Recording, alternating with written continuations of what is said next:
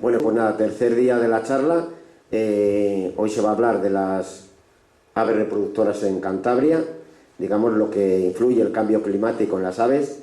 El ponente es José Manuel Romero. Ya hace 10 años que estuvo aquí, la verdad, y también se llenó el salón. Una persona conocedora de casi toda la geografía de Cantabria. No en vano se patea casi todo. Deciros que el libro este, que le ha llevado 10 años hacerle, está aquí. 30. Bueno, 30 años, digo 10, 30, gracias, José. 30 años a hacerle. Cualquier persona que luego quiera el libro, pues bueno, él también los tiene a disposición.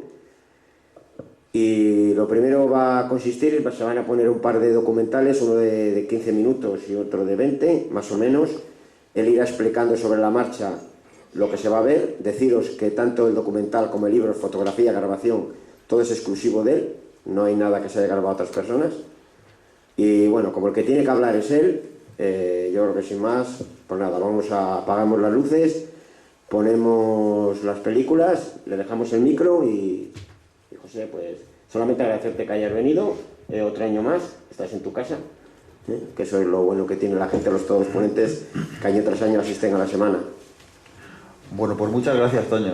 Muchísimas gracias, sobre todo gracias a todos, a la organización, como sois varios los que organizáis estas jornadas, y no quiero quedarme con ninguno en el tintero. Gracias a todos los organizadores y un año más por haberme invitado, después de unos cuantos, sí. Antes discutíamos si eran 10 o más, yo creo que son más de 10, pero aquí estamos otra vez y eso es porque en aquella ocasión seguramente os gustó. Espero que en esta hayamos mejorado, hayamos madurado con la edad y os guste un poquitín más. Mirad, la verdad es que me encantó que me llamara Toño para asistir a estas jornadas y formar parte de ellos, y la verdad es que sobre un tema que me apasiona, y mi pasión es la vida, es la naturaleza en general, pero los pájaros en particular. Sí es cierto que durante más de 30 años he estudiado pues todos estos animales y al final pues ha nacido un libro, que es este que tenéis aquí, que se ha sido presentado y se sigue presentando por casi toda la geografía de Cantabria.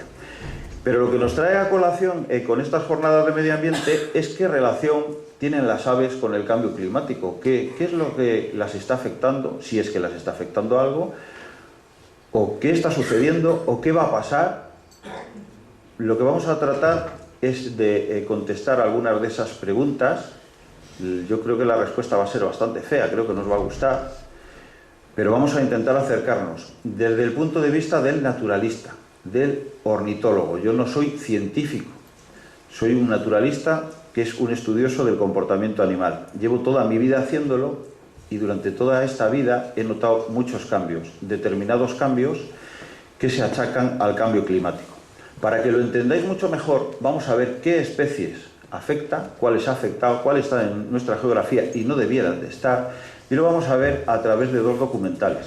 Estos dos documentales son los dos que presento en los diferentes lugares, ayuntamientos de la geografía, para la presentación del libro. Y en ellas, algunos, son los que tenemos siempre, son las aves que se reproducen en Cantabria. Y para poneros un poquitín de antecedentes, es importante que sepáis que en la región podemos ver la friolera de unas 300 aves durante 12 meses al año. Pero esas 300 aves no están representadas en este libro. En este libro están representadas la mitad, unas 150, que son las que realmente se reproducen. Las otras 150 son especies invernantes que vienen del norte de Europa, de Rusia, por poneros un ejemplo. Allí ahora mismo las condiciones en el invierno son tan dramáticas, tan radicales por el hielo, por la nieve, que son imposible de que se alimente. Y tienen que venir a lugares templados y entre otros sitios pues paran en España. Esas no están en este libro, están solo las que se reproducen aquí, las cuales son dos grandes bloques que dividimos entre especies estivales que vienen de África a reproducirse a España o a la península ibérica, y las sedentarias, que son las que están los 12 meses entre nosotros. Esas son las que vienen en el libro, esas 147 en concreto. En la presentación de ese libro, vengo a decir algo que la verdad es importante, porque en este libro hay 147 especies representadas, pero esto es un documento fotográfico, es un documento abierto. Es decir, ningún ornitólogo os puede decir que hay ese número exacto de especies que se reproducen, ni más ni menos. ¿Por qué? porque como vais a ver en la película, hay años que hay más especies que se reproducen y hay años que desaparecen o se extinguen. Y las vamos a ir viendo a medida de que vayamos visualizando la película. Yo creo que vamos a empezar porque os quiero poner dos. La primera dura 15 minutos y la segunda dura 20. Y a medida de que ellas son mudas, son grabaciones de vídeo también hechas por mí, entonces a medida que vayamos viendo esas especies, os voy a ir comentando cosas y os voy a ir comentando qué especies, algunas vamos a ver, las ha afectado o las afecta el cambio en el clima y qué otras, aunque no estén representadas en el vídeo, hablaremos de ellas. Si no las vemos en las imágenes, hablaremos al final, o podéis preguntar cuáles de ellas a lo mejor no aparecen y los vamos comentando, ¿no? Porque no todas, esto es una presentación pequeñita de aves, pero no son las 147, ¿vale? Entonces yo creo que sin más, y así tendremos luego más tiempo para poder conversar o que hagáis alguna pregunta que tengáis dudas y demás, creo que lo mejor es empezar y os lo voy contando. Mira, yo creo que me voy a quedar aquí mismo, porque desde aquí yo creo que lo podemos ver.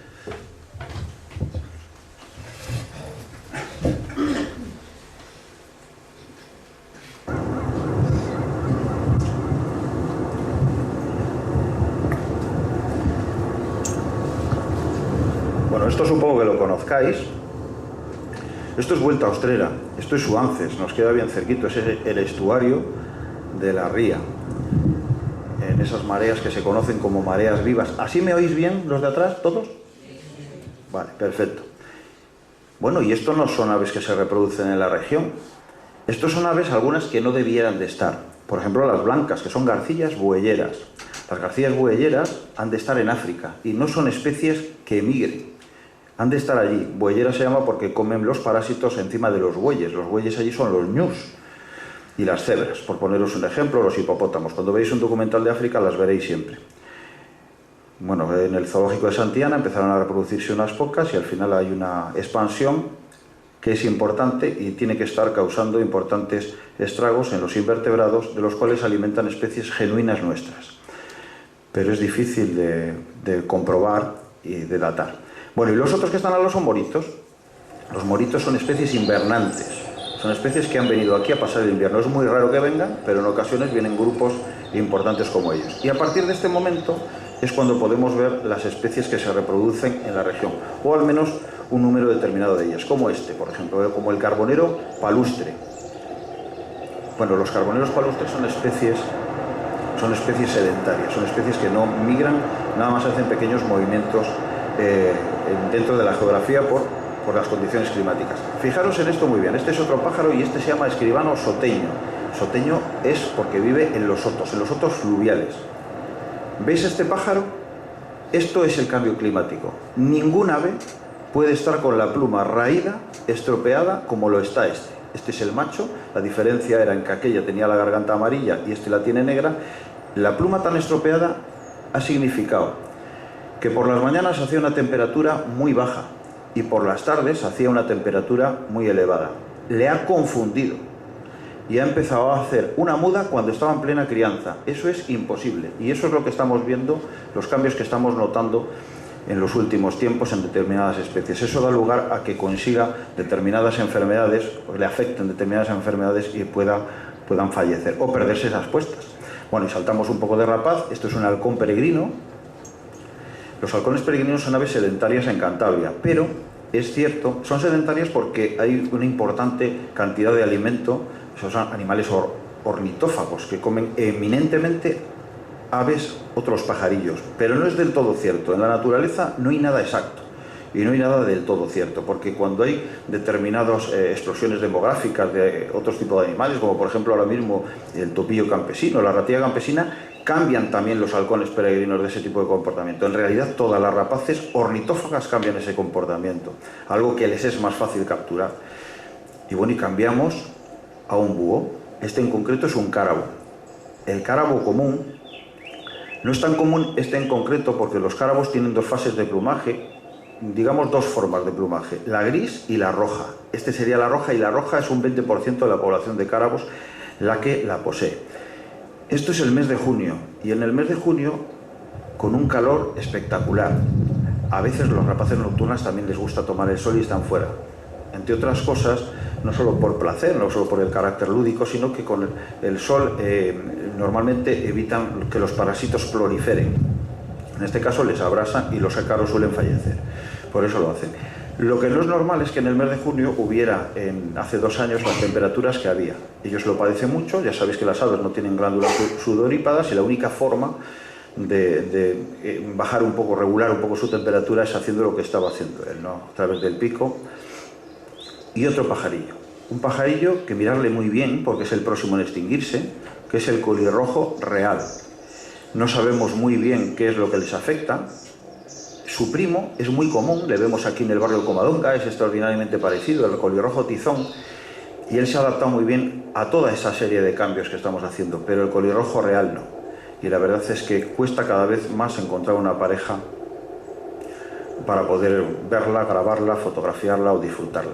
Saltamos de pareja, todo esto es un poco muy rápido porque en realidad está creado para ver el libro. Lo que vimos era una curruca rabilarga. Esa, por suerte, está yéndola bastante bien y probablemente el calentamiento la está afectando para bien, porque hay determinadas plantas esclerófilas que necesitan poco agua, y como los escajos, por ejemplo, y las zarzas, que es donde él habita, y le está viniendo, creemos que bien. Saltamos al pico picapinos. No, este es un pico mediano, es un poco menor que el pico picapinos, y esto es una joya biológica. ¿Sabéis por qué? Porque su área de distribución geográfica es limitadísima. De todo el país solo le tiene la cordillera cantábrica, un poquitín el norte de Burgos, un poquitín el norte de Palencia, toda Cantabria en las zonas de robledales, exclusivamente en los robledales. Y por eso tenemos tanta importancia, o los legisladores la gente encargada de hacer las leyes han de tener especial precaución tanto en proteger ese pájaro como este, porque son genuinos de aquí. En este caso es un torcecuello, podríamos decir que es un pájaro carpintero arrepentido. Digamos que los taxonomistas, que es la gente que encasilla a todos los animales, a todos los seres, nosotros también en los diferentes lugares, en órdenes, en familias, encasillaron a este. Mira, nos va a dar tiempo de ver esta floración del narciso en febrero para hablar un poquitín de ellos. Mira, el torcecuello le va francamente mal, en Cantabria muy mal, y la razón fundamental, la verdad es que la política agraria comunitaria, habéis oído muchas veces, la PAC, para las especies las ha venido muy mal, en general muy mal para todas. Esas modificaciones del suelo que hemos hecho, en el caso del torcecuello, para que lo entendáis muy bien, él se alimenta exclusivamente de larvas de hormiga, de hormigueros.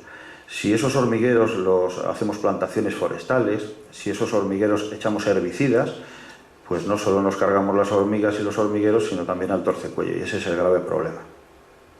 Tenemos muy poquitos torcecuellos. Cuando yo era un niño había torcecuellos en todas partes, incluido aquí en el barrio. Yo soy de la Veguilla de Reocín y bueno, cuando estudiaba había un nogal enfrente de mi casa que tenía una hendidura hecha por el rayo, un nogal muy viejo, y allí criaba una pareja de torcecuellos, ¿no? Es el ave que Félix Rodríguez de la Fuente llamaba el pájaro serpiente, porque tiene una conducta cuando es atacado por un gato o por cualquier otro depredador en el suelo, parece una serpiente, estira el cuello, levanta una pequeña cresta eréctil, saca la lengua, parece una víbora, entonces el depredador normalmente se aleja, y en ese momento es cuando aprovecha el torcecuello a pegar un vuelo y marcharse. Saltamos de especie, la garza real. Una cosa curiosa de la garza real. Son muchas cosas, os cuento algunas pequeñas cositas porque ya veis que los vídeos son rápidos, ¿no? Pero os voy a contar algunas curiosidades que son las que vienen en el libro. El libro es prácticamente no vais a encontrar, lo que venga es inédito, es totalmente distinto a otros de esa índole, ¿no? Y entonces lo que se pretende es contar cosas que no vengan en otros documentos o cosas nuevas que no se sepan. En el caso de la garza real, que todos conocéis, este gran pescador, lo más importante es saber que hace 10 años que no criaban, o sea, hasta hace 10 años las garzas reales no se reproducían en Cantabria. Esto es un ave de gran longevidad, de muchos años, y las aves de este tamaño adquieren la madurez sexual aproximadamente a los 4 años. Todas las garzas que veíamos durante 12 meses aquí, en el río Besaya, eran ejemplares inmaduros, ejemplares que venían del norte de Francia, de ahí para arriba, a hacerse maduros sexualmente, y una vez que conseguían esa madurez, emigraban de nuevo y se reproducían en sus países de origen.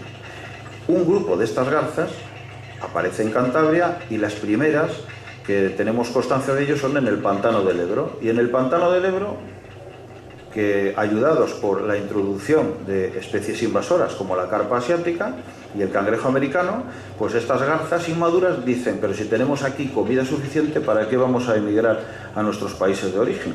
Vamos a quedarnos aquí y vamos a reproducirnos. Bueno, total, que el éxito ha sido importante y tenemos ya una colonia muy importante allí en el pantano del Ebro. Pero no solo eso, sino que eso se ha extrapolado al resto de la provincia y tenemos este nido que habéis visto en el Parque Natural de Ollambre. En concreto, 2 parejas que hayamos detectado hasta este momento.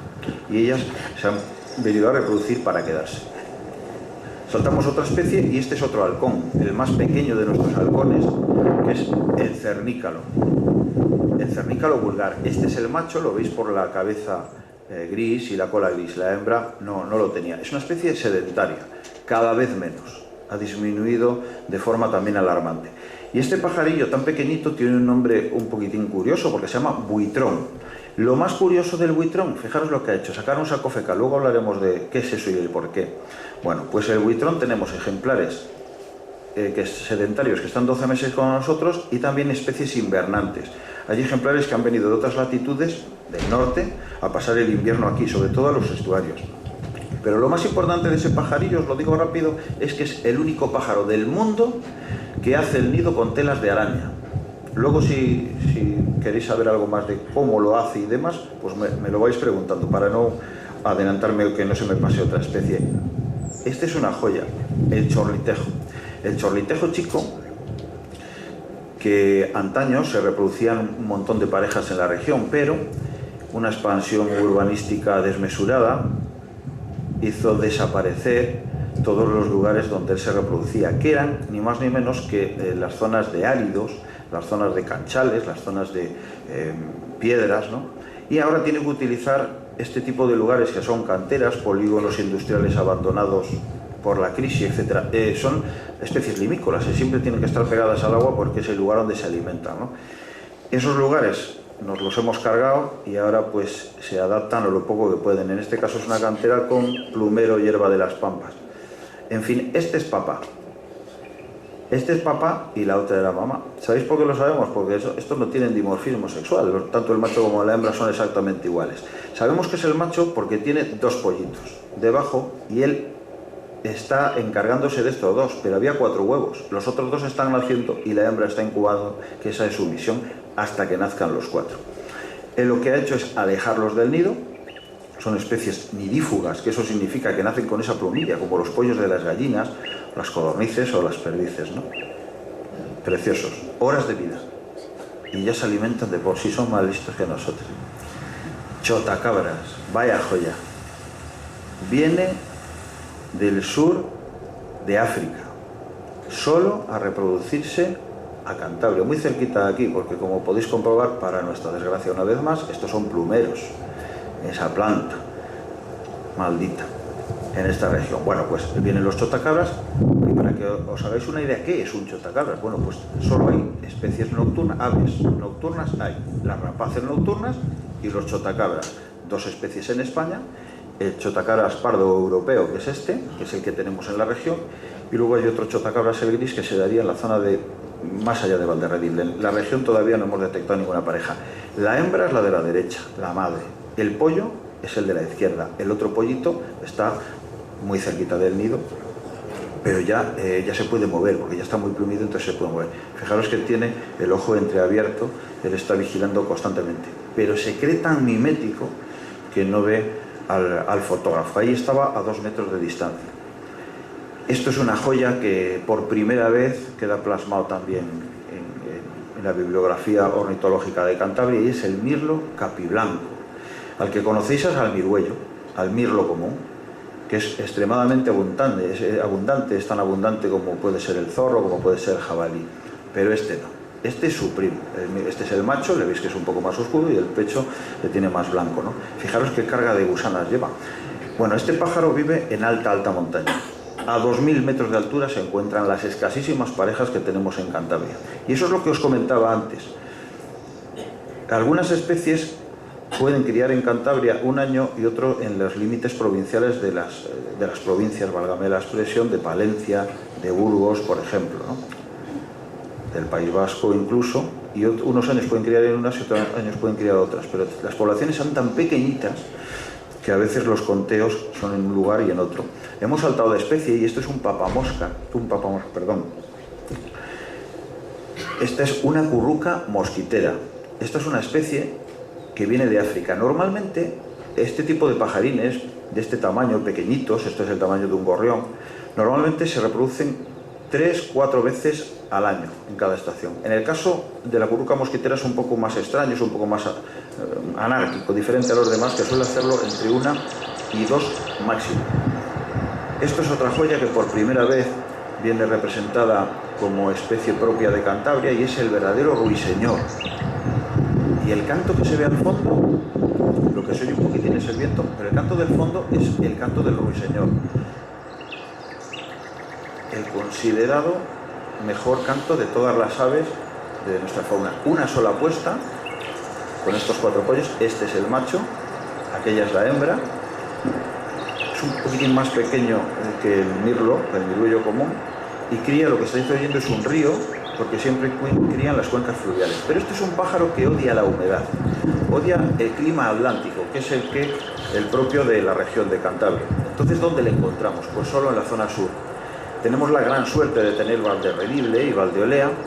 Ahí ha cambiado el clima totalmente por la vertebración de la cordillera cantábrica. Al norte el clima húmedo y lluvioso, al sur el clima continental y seco, y es un pájaro al que le gusta ese clima. Viene también de Sudáfrica, del sur de África, mejor dicho. Por debajo del desierto del Sáhara viene este pájaro solo a reproducirse una sola vez en nuestra región. Tanto el macho como la hembra habéis visto que son iguales, pero esta es la hembra. Y lo sabemos porque la pluma está un poquitín más estropeada que la del macho. Ella permanece más tiempo al cuidado de los pollos, y esas entradas y salidas y ese tiempo estáticamente en el nido hace que la pluma se le estropee. Menos baños, etcétera, etcétera. Y tenemos la gran suerte de tener una de las principales poblaciones españolas. En Cantabria le va muy bien al martín pescador. Es una belleza. Es una auténtica preciosidad, y aquí tenemos la gran suerte de aquí en el río Besaya, que ha mejorado muchísimo con todo lo que se ha hecho, y nuestros gobernantes ahí con la depuración han acertado, y tenemos alguna pareja, bueno, pues criando aquí enfrente tenemos al menos un par de parejas reproduciéndose, ¿no? Y esta belleza. Bueno, y esta sería, digamos, la primera parte de esta película, ¿no? Ahora la paramos y seguimos. Bueno, pues mirad, esta es la segunda parte, esta tarda un pelín más, 20 minutos, y espero que os guste. Un buitre leonado, ¿no? 4 buitres en España. El quebrantahuesos, el buitre negro, que es el mayor de todas las especies que vuelan, y el buitre leonado. Pero esto sí que es muy difícil de ver, y sobre todo muy difícil de grabar. Es un pollo que está naciendo, está piando dentro del huevo, y este es ya nacido. Pues os fijasteis, había una fisura en él. Esto es una especie sedentaria, son especies muy longevas. Llegan a durar en la naturaleza casi 50 años. Muchísimo. Un solo pollo, en el que le sucede un poco como a los hombres. Hacen una sola puesta que dura pues 12 meses. El criar a un hijo, esto les dura todo el año. Emplea muchísimo tiempo. Es una estrategia la que utilizan las grandes aves, como este águila real, el tener 1 o 2 hijos, criarles muy bien porque emplea mucho tiempo y eso es muchísimo desgaste. Otros utilizan, los pequeños pajarillos, utilizan las estrategias de hacer muchas crianzas porque saben que van a perder la mayoría de ellos, ¿no? Del águila real, qué belleza, qué preciosidad. Mira, tenemos 14 parejas en Cantabria y probablemente alguna más no detectada, o porque había algunos ejemplares inmaduros que estaban sueltos, alcanzan una madurez sexual muy tarde, 5 o 6 años. Aunque siempre hay excepción en todo, ¿eh? Como os he dicho antes, si uno encuentra pareja a los 3 años y ya es maduro sexualmente, puede intentar criar. ¿Veis esta secuencia? Esto es una curiosidad que digo siempre, ¿eh? Esa entrada y esta salida que ha hecho el macho de águila, dejando esa ramita ahí al pollo, dura 7 segundos. Y para grabarlo estuve 8 horas, para que os hagáis una idea del esfuerzo que requiere a veces para eso. Y esta secuencia se ha grabado muy pocas veces en la naturaleza, y yo pues tuve la suerte de poder grabarlo, aunque es la desgracia de lo que estáis viendo. Esto es un proceso natural que se llama cainismo, esto es un nido de águila real, hecho en un árbol. Eso sucede cuando no hay... Las águilas reales son una especie de rupícolas, son una especie de roca, crían normalmente sobre las rocas, pero si no hay rocas y la zona es de caza, pues lo hacen a veces en los árboles. Esto está muy aumentado, su hermano mayor está matando a su hermano menor. El proceso se llama cainismo, de Caín y Abel, de la Biblia, ¿no? Si os fijasteis, en la punta del pico tenía ya un trozo de carne de su hermano. Esta es su madre y ella lo observó todo desde la distancia. ¿Y por qué no ha hecho nada? Bueno, pues no ha hecho nada por la razón siempre la misma, porque no hay comida en el monte, porque no hay alimento, y porque lo poco que hay nos lo cargamos nosotros. Y a ellas les cuesta muchísimo más. La estrategia que tiene el águila real, igual que el águila imperial, es poner siempre dos huevos. Si hubiera caza, ella habría intercedido y habría evitado que el hermano mayor, que tenía entre 3 y 4 días más que su hermano menor, hubiera evitado que le matara. Pero como no había comida ese año, pues viéndolo hizo pues miró para otra parte y permitió que le matara. Luego se aprovechó, también se le comió su hermano, se le da a la propia madre, ¿no? En la naturaleza no se pierde nada. Esto hay que entenderlo desde el punto de vista del águila real, no desde el punto de vista humano. Bueno, este sí que le conocéis, la tarabilla común. Es muy importante que os quedéis con el apellido común. ¿Sabéis por qué? Cría en el suelo, hace 3, 4, incluso 5 puestas. Es muy importante porque aquellos pájaros que ponemos el apellido de común, este es el macho, pues resulta que en algunas ocasiones ya no son tan comunes, y eso no puede ser. Si las especies que tienen ese apellido de común empiezan a desaparecer, es que algo estamos haciendo mal, es que está funcionando algo mal. Y eso está pasando. Alcaudón dorsirrojo. Este se quedó entre el águila y los no águilas, por eso tiene ese pico tan coriáceo acabado en un pequeño ganchito. Es un gran depredador. Este es el que en las películas de Félix Rodríguez de la Fuente, el alcaudón real y el alcaudón dorsirrojo, el que capturaba pequeñas presas como los ratones y los empalaba tanto en los rosales silvestres como es este, como en los majuelos, los espinos blancos, para hacer despensas de comida en épocas que hubiera menos, ¿no? Esta es la hembra. Ya veis que la diferencia entre los dos sexos es importante. Una joya. Esto es el calentamiento global. Es la bubilla. Esta no debiera de existir aquí. No debiera estar en este libro de aves reproductoras de Cantabria. Y sin embargo lo está. Y no veáis en qué número. Y cada año aumenta más. Esta tiene que estar en la zona continental, en la zona de clima seco. Y se está acercando a una velocidad increíble. Ahora encontramos, cuando yo empecé a estudiar estos pájaros, no existía ni una, no había manera de encontrar una pareja y había que marcharnos a Palencia y a Burgos. No hace tantos empezaron a reproducirse en el páramo de la Lora. Hoy han atravesado toda la Lora, han pasado Polientes, les tenemos en Valdeolea, en Matoporquera, incluso alguna un poco más cerca. Eso es porque el clima se está acercando, este clima tan seco se está acercando para acá. No debiera, no significa el que tengamos variedad de biodiversa, no es nada bueno. Cada cosa tiene que estar en su sitio. Saltamos de pajarín, el carricero. En este caso el carricero común. Este le va bastante bien, se llama así, evidentemente, por los carrizos, que es donde hace su nido. Es un pájaro sastre, es un pájaro tejedor, como antes lo hacía el buitrón. Lo que ha hecho es juntar 4 tallos de hierbas anuales, estos no son más que hierbas, ha juntado 4 tallos, los ha cosido a base de vegetación, de vilanos, etc. Y ahí se reproduce unas 3 veces al año, pero cada vez en un nido diferente. Antes vimos al ruiseñor común, pues este es un pariente muy lejano, que es el ruiseñor bastardo. Y se le conoce con ese nombre tan feo porque su canto es horrible. Lo veréis en una de las filmaciones, que es aquí, que cuando se marcha se oye un poco el sonido, y para que os deis, ese es lo único que canta, además. A ver, no sé si ahora,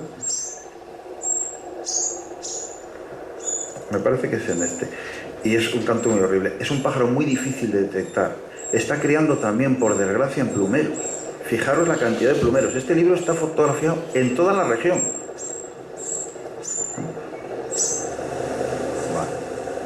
No lo escuchamos. Otra preciosidad, otra joya, la va muy bien. Estos son gavilanes. Dentro de ese grupo tan grande de las rapaces diurnas, hay especies que las va francamente bien. Al ratonero, por ejemplo, que ahora le han cambiado el nombre de la Sociedad Española de Ornitología, el busardo ratonero. Pasa un helicóptero, esta es la hembra, está dando de comer, esto lo dejé adrede. Ella está interpretando la amenaza. Me atacan, vienen a por nosotros. En vista de que la amenaza no es importante, no van hacia ellos, reanuda el dar de comer. Si os fijáis, tiene varios pollos y cada uno tiene el plumaje de unos más adelantados ya la pluma y otros mantienen todavía mucho plumón. Es porque todas las rapaces empiezan a incubar desde la puesta de los primeros del primer huevo. Si este pájaro pone un huevo cada 3 días, cada 2 días, pues imaginaros, en el caso de este que tiene 4 pollos, pues el último tendría 8, como mínimo, 8 días de diferencia. Por eso, el pollo más pequeño, en caso de no haber mucha comida, fallece casi siempre. También se le comería, ¿no? Por muchas razones, no solo por el hambre, sino porque en los nidos hay que evitar siempre que haya olor. Ese es el motivo de los sacos fecales de las cacas que se llevaban los otros pajarillos. Hay que evitar a toda costa que quede olor, y en el caso de las rapaces sucede lo mismo. De hecho, si os fijáis, el nido está muy limpio y sin embargo ellos defecan, pero estos defecan no en forma de saco fecal, sino lanzan con una especie de fuelle los excrementos muy lejos, a varios metros de distancia. Sobre todo, cuando son muy jóvenes son muy líquidas, cuando son más grandes ya comen más huesos, entonces son más formadas más a base de calcio y son muy blancas, entonces es cuando son más detectables, ¿no? Que canta en el fondo una curuca. Eso es un disparo, lo mismo que el helicóptero, no nos afecta, continúo. Son los estados que llamamos de alerta, de alarmas, por diferentes motivos, ¿no? Esto es único, esto es una maravilla, también por primera vez se presenta en la bibliografía de Cantabria, y es el aguilucho lagunero occidental. Tenemos 3 aguiluchos en España, los 3, el pálido, el cenizo y el lagunero, crían en el suelo. Con ese nombre de aguilucho, los 3 crían en el suelo, pero este es el más raro de todos, porque este cría dentro de las lagunas, dentro de los carrizos, como antes vimos al nido del carricero. Esto está, para que os hagáis una idea, ese nido está encima del agua, aquí hay una lámina de agua muy importante, y para poder hacer esta fotografía se utilizan botas de pescar, botas muy altas, pero te hundirías, entonces hay que utilizar raquetas de nieve para ir doblando estos carrizos para poder acercarse. Ahí se pondría un palé y encima el hide o refugio camuflado en el que hacemos la fotografía, pues los fotógrafos de naturaleza. Que sepáis que esto requiere permisos especiales, esto no se lo puede hacer todo el mundo. Fotografía de animales lo puede hacer cualquier persona sin ningún tipo de permiso, pero no en el caso de los nidos. En el caso de los nidos, la administración tiene que tener un poquitín especial cuidado para saber a quién le permiten hacer este tipo de cosas, para evitar que el motivo, la especie en cuestión, pues muera, ¿no? O fallezca. Antes hablábamos del mirlo capiblanco, y este es el mirlo común, el miruello, el que todos conocemos. Está en este caso la hembra, ¿no? Especies, fijaros, urbanitas, están en todas partes, ¿no? Es una especie que ha sabido muy bien adaptarse a la cercanía del hombre. Su alimento fundamental son las lombrices, que también como otro tipo de cosas, como los caracoles y demás. Un perro no se asusta, etc. Curiosidad de esta fotografía es este macho. Si os fijáis en la cabeza, tiene unas plumillas blancas. Eso es una mutación genética, eso es un problema genético, son especies, llamaríamos leucísticas. Eso significa que su sangre va degenerando. Dentro de un año la cabeza será blanca, o quizás las alas, o quizás el cuerpo entero, si es que dura. El cambio para la especie es malo, porque el miruello es negro porque tiene que ser así. Si fuera blanco, con la cabeza blanca, es más propenso a tener enfermedades y sobre todo mucho más propenso a la depredación. Sus facultades de defensa están mucho más mermadas que un pájaro que contenga los caracteres propios de la especie. No sé si lo habréis visto alguna vez, pero hay miruellos completamente blancos, patos completamente blancos, urracas completamente blancas, donde tienen el negro es blanco, etcétera, etcétera. Y esos problemas genéticos se han reproducido durante muchos años con parentesco, y sucede esto. Esto sí que es una joya, tampoco se sabía que se reproducía aquí, y esto es otro ruiseñor, es un ruiseñor pecheazul. Ahora la Sociedad Española de Ornitología ha cambiado el nombre y le llamamos Cetia ruiseñor. Bueno, es un poco confundir a la gente. Lo importante de este pajarillo, que es del tamaño de un petirrojo, fijaros qué belleza, es esa planta. Esos son los piornales de alta montaña, los cerbunales de alta montaña. Cerbunales porque es ahí donde se esconden los ciervos, por eso lo llamamos así. Para poder detectar pechazules hay que buscar piornales. ¿Y dónde se dan los piornales en el caso de Cantabria? Pues a más de 2.000 metros de altura. Cuando encontremos esa zona, probablemente y con un poco de suerte encontraremos pechazules. No hay muchas parejas, contaditas. En la zona de Áliva encontraríamos casi su principal lugar de reproducción y unas poquitinas, muy poquitinas en la zona de Breña Vieja. Antes vimos la tarabilla común y ahora vemos a la tarabilla norteña, a su prima. Esta ha venido también de África, solo ha venido aquí a reproducirse. Esta es la hembra y ahora veréis al macho, y son extraordinariamente parecidos. La común, este es el macho, fijaros qué parecido era el anterior. ¿Sabéis por qué cuando dos pajarines se parecen mucho, tanto el macho como la hembra? Es porque los machos participan activamente en la incubación. Entonces, el que ellos sean tan miméticos como las hembras es por la misma razón, porque participan mucho tiempo incubando esos huevos de forma estática en un mismo punto. Cuando el macho es mucho más llamativo, es que en la incubación participa muy poco. Normalmente, para hacer los relevos, para que ella se alimente, pegue un vuelo, estire las alas, se pegue un baño. Y saltamos de pajarillo. Esto es una curiosidad también, porque esto es una curruca cabecinegra. Y son muy escasas en Cantabria, pero estamos viendo que al proteger la costa han proliferado determinadas plantas como estas. Estos son zarzaparrillas. Esta es la hembra, si os fijáis la caperuza que tiene es grisácea y el macho la tenía negra.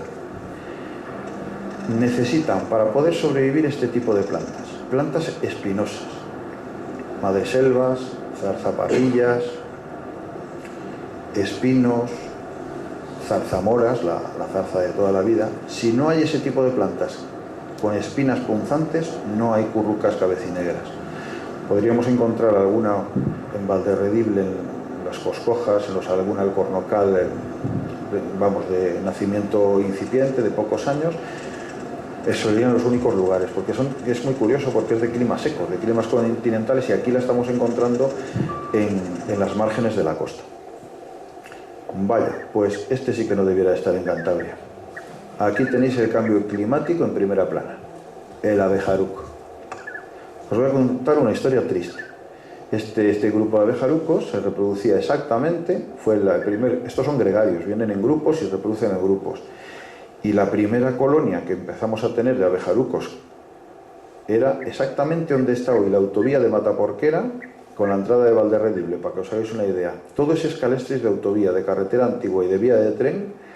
Bueno, pues ahí crió la primera colonia que tuvimos de abejarucos. Se proyectó la autovía y se la cargaron entera. ¿Qué pasó? Pues que al cargársela, cuando se estaban reproduciendo dentro, no desaparecen, se extinguen, porque alguna hembra estaba dentro, algunos pollos. Eso es tan dramático como puede ser para cualquiera de nosotros la pérdida de un ser querido. Pues a los pájaros les pasa lo mismo. Y eso sucedió. Hemos perdido esa colonia. Ahora hay una que intenta asentarse muy cerquita, en los límites también provinciales, pero se acercó ahí por el calentamiento global. Y saltamos de pájaro. Al primo de este sí que le conocéis. Esto es un avión roquero. Roquero porque se reproduce en estas rocas. Fijaros que alas más alargadas. Por eso se llaman aviones, por su parecido a los aviones. Al que sí que conocéis, que cría aquí en el barrio, es a su pariente, el avión común, negro con obispillo blanco. Este es el roquero y el siguiente, que es este, es el avión zapador, avión excavador. Muy pocas colonias tenemos de avión zapador en Cantabria y crían todas en estos lugares, en estos taludes.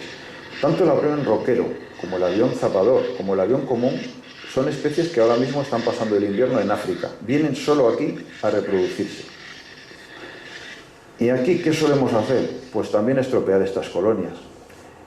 Esta en concreto, la más importante de toda Cantabria, en el pantano del Ebro, fracasa a menudo porque el pantano es algo artificial que regulan los hombres y no cuentan con las especies que crían en sus riberas, en sus márgenes o en el propio agua. Esas fluctuaciones de agua hacen que se pierdan cantidad de nidos de somormujos, de patos y de aviones zapadores, como en este caso, ¿no? Este caso tuvo la suerte de prosperar en este año, pero otros no lo consiguen, ¿no? Es muy curioso lo de los aviones zapadores, porque ellos siempre están en grupo y todas las actividades de su vida las hacen en grupo. Desde ir a buscar alimento, que son aves eminentemente insectívoras, hasta la vigilancia. Siempre que todo el grupo se va a buscar alimento, hay un pequeño grupillo de él que se queda de vigía, porque son animales muy depredados esas colonias, tanto por los reptiles como por culebras de agua, víboras, comadreja, armiño, como los ejemplares alados, como los gavilanes que vimos antes, ¿no? Saltamos de pájaro, y también otro pájaro que ahora mismo no existe, está en África, que es también otro escribano. Este es el triguero, escribano triguero. Si os fijáis en el pico, es algo muy curioso. La forma que tiene el pico, ahora lo veis bien, esa curvatura que tiene es única entre las aves. Y esa curvatura está especialmente diseñada para la apertura de semillas divididas en dos. Imaginaros el trigo, un granito de trigo, él le coloca solo entre la mandíbula, aprieta y consigue hablar pues esa protección, esa cubierta, esa cutícula para poder acceder a la semilla interna. Fijaros qué bonito, el verderón común. Pues ya no es tan común. En este caso el macho, lo que oís es el agua que está cayendo, es la lluvia. Él está cebando, fijaros qué curioso. Uno a uno, no se equivoca. Va variando a medida de que ellos van pidiendo y va llenando el buche. Va contando. Algunos dicen que no saben contar, pero este sí. Bueno, pues el verderón común era muy común aquí en Torrelavega, por ejemplo, y ya no lo es tanto. Ahora cuesta mucho ver verderones comunes. ¿Qué está sucediendo? Pues de todo.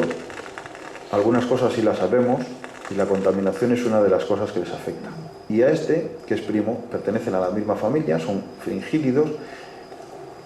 Esa familia, la fringilidae, se caracteriza porque son comedores de semillas. Lo cual tampoco es del todo cierto, porque en época de cría también se alimentan, una parte importante de su dieta es de proteína animal, o sea que también comen algunos orugas especialmente, ¿no? O sea que hacen una mezcla. La mezcla es de semillas, savia de las plantas, algún insecto, es importante. El pardillo común, este es el macho en concreto. Bueno, pues es muy difícil encontrar ya pardillos en esta zona. Los más cercanos ahora hay que subirse pues a San Cipriano o al Monte d'Obra, ¿no? Pero los tenía que haber aquí mismo, como yo los conocí toda mi vida, ¿no? Esta es la hembra. Ya veis la diferencia que, pues, en el pecho, que no le tiene ese rojo carmesí tan bonito, o en la frente, ¿no? Y vuelve a hacer lo mismo. Lo que antes os decía de los sacos fecales es para eso, para evitar la depredación, pero lo curioso es cómo se llama saco, ¿no? Saco fecal, porque en realidad la caca va dentro de un saco, va dentro de la bolsa del Carrefour, para no mancharse el pico. Eso es para que ella no se manche el pico. Esa es una bolsa y ella sí no se mancha, lo traslada lejos, lo tira. Pero dices, vaya cochinada. Pues no, porque lo tira lejos y lo que hace de forma inmediata, ¿sabéis qué es? Ir a lavarse a la primera fuente de agua que encuentre. Se limpia el pico bien. Y si no la hubiera, pues lo hace frotándose contra la propia vegetación. Fijaros en esta curiosidad porque ha sido grabado muy pocas veces. ¿Habéis visto este pájaro? Esto es un azor, el primo mayor del gavilán que vimos antes. Este es el verdadero plumaje de un azor adulto. Este caso es un macho. Y también les pasa lo mismo, la madurez sexual a los 4 años. Ahí sale, el que sale es el macho. Y esta es la hembra. Inmadura total. 1 año y poco. Y es la primera vez que se reproduce. Esto es extraño y rarísimo. Pero a veces sucede.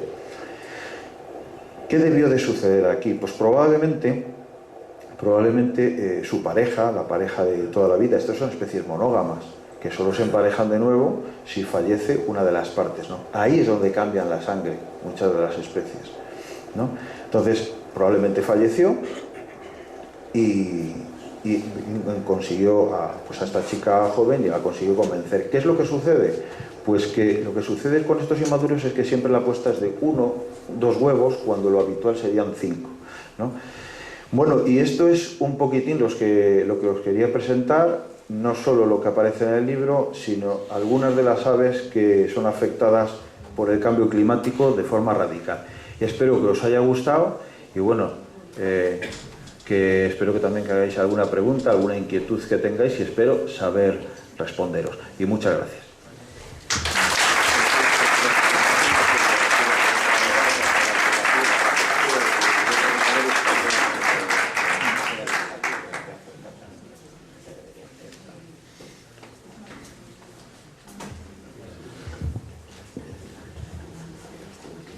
Bueno, chicos, ninguna duda. No me lo creo. A ver, ¿quién es el primero? ¿El del huevo o la gallina? Podéis preguntar cualquier cosa que no haya salido también, ¿eh?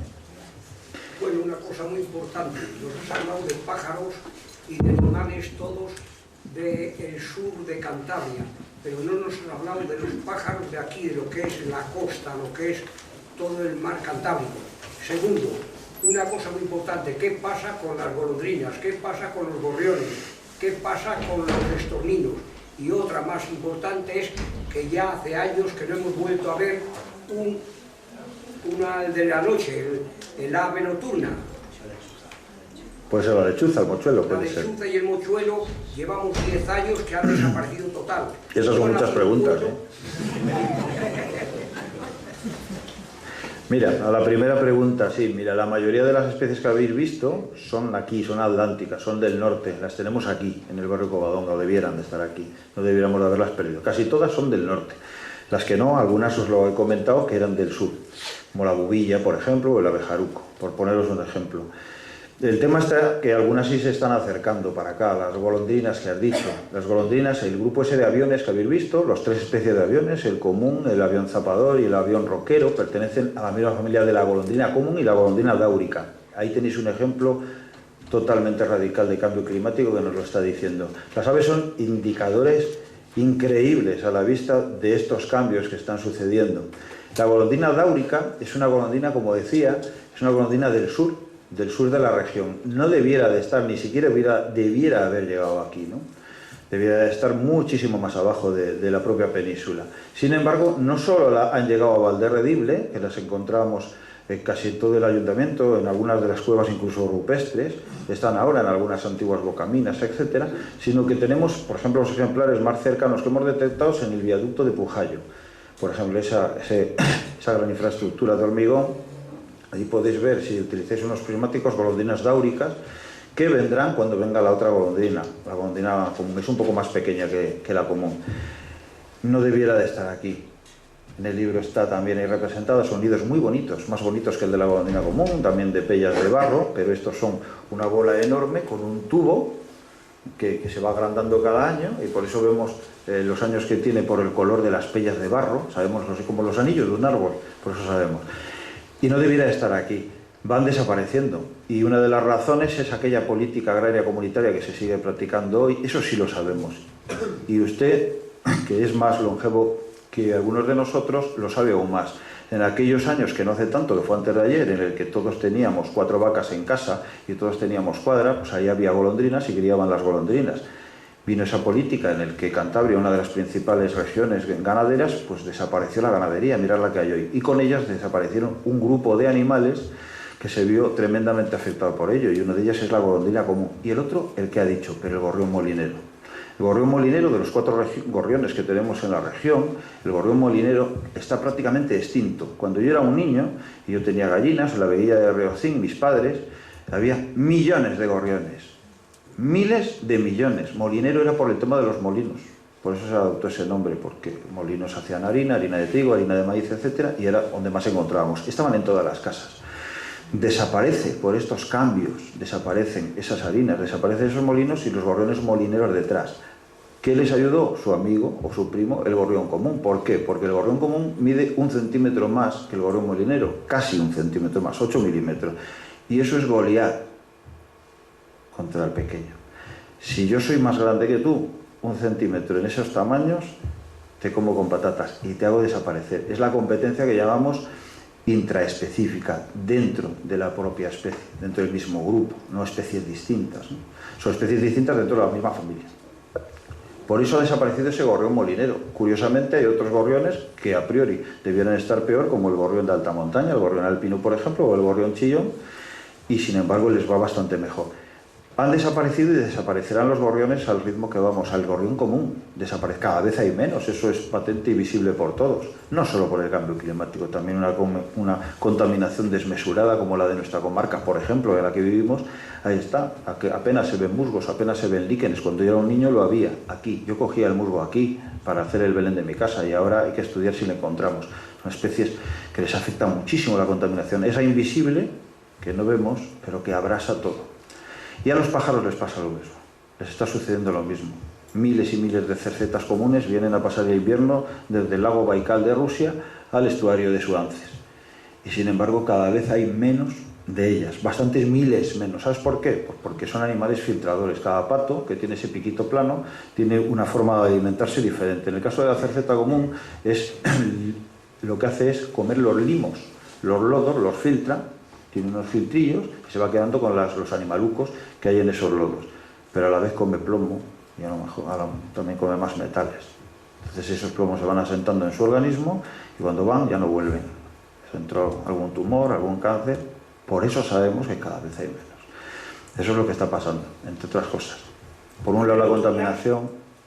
Las de noche, la lechuza, Pues mira, las que han disminuido una barbaridad es la lechuza común y el mochuelo, son las que más han bajado en efectivos. La razón, pues una de las razones que nos dimos cuenta de que bajaban era pues el urbanismo. Muy fácil, son especies cavernícolas, viven en agujeros, viven en cuevas, desvanes, casas viejas, antiguas, por eso están todas en las iglesias, las pocas que nos quedan, porque tienen menos obras, porque tienen menos huecos en sus desvanes, en sus aleros, etc. Todas las casas las reformamos, las hicimos nuevas, tan bonitas, pero nos olvidamos de la fauna cavernícola que vivía dentro. La lechuza es antropógena y el mochuelo es antropógeno. Necesitan de la cercanía casi del hombre para poder vivir. ¿Por qué? Porque criamos muchas ratas y muchos ratones. La cercanía del hombre da tira muchos desperdicios. Esos desperdicios los comen los roedores y esos roedores los comen la lechuza y el mochuelo. El principal cazador nocturno de rata es la lechuza común, la blanca. El principal, por eso está en nuestra cercanía, no porque nos guste, no porque les guste nuestra compañía, ¿no? Sino por esa razón. Por eso han desaparecido, por eso van muy mal. La verdad es que los dos son la lechuza común o blanca o el mochuelo común, les va francamente mal. Sin embargo, hay otras que les está yendo bien. El autillo, por ejemplo, búhos reales tenemos 3 parejas en toda la región, además distribuidas en cruceta. Hay una lechuza que es extraordinariamente rara, el búho campestre, la lechuza campestre, que es una lechuza que cría a nivel mundial de una forma muy rara porque va siguiendo las plagas de ratilla campesina y cría, ahora mismo está criando, por ejemplo, en invierno, porque hay una explosión demográfica, sobre todo en Castilla y León, de esa rata y está criando ahora mismo, ¿no? en este mes, en diciembre y en enero. Quiero decirte que algunas las va mejor, pero en este caso la lechuza común y el mochuelo común de cráneo. Será difícil, además, que levanten cabeza, les costará. No sé si te contesté. Espero que sí.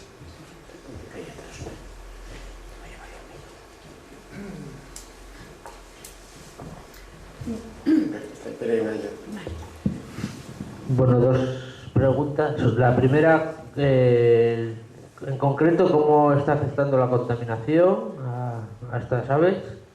Si es de manera directa o por pérdida, o por ejemplo de alimento, de invertebrados que también están de capa caída.